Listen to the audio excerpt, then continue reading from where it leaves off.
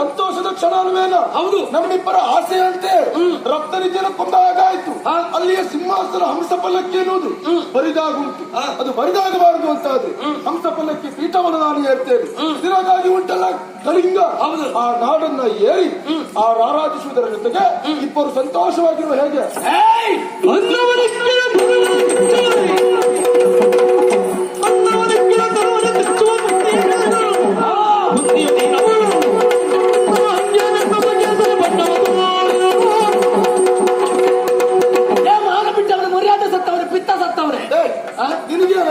ಸರಿ ಇದ್ದಿದ್ದಲ್ಲ ಪುಣ್ಯಾತ್ಮ. ನಿನಗೆ ಸ್ವಲ್ಪ ಸರಿ ಇಲ್ಲ ಅಲ್ವಾ? ನಿನ್ನ ಜೊತೆಯಲ್ಲಿ ಎತ್ತಲೇ ಇಲ್ವಾ? ನಿನ್ನ ಬುದ್ಧಿಯು ನನಗೆ ಬಂತ ಅಂತ. ಪೂರ್ಣ ನಿನಗೆ ಬಂತ? ಎಲ್ಲ ಸ್ವಲ್ಪ ಸ್ವಲ್ಪ ಬಂದಿರ್ಬೇಕು. ಪೂರ್ಣವಂತ. ಯಾಕೆ ಈ ರೀತಿ ಮಾತಾಡಿದೆ ಗೊತ್ತಾ? ಯಾಕೆ ಏನಾಯ್ತು? ಆ ರತ್ನನಿಧಿ ನಿನಗೆ ಅನ್ನವನ್ನು ಕೊಟ್ಟವ, ಆತನ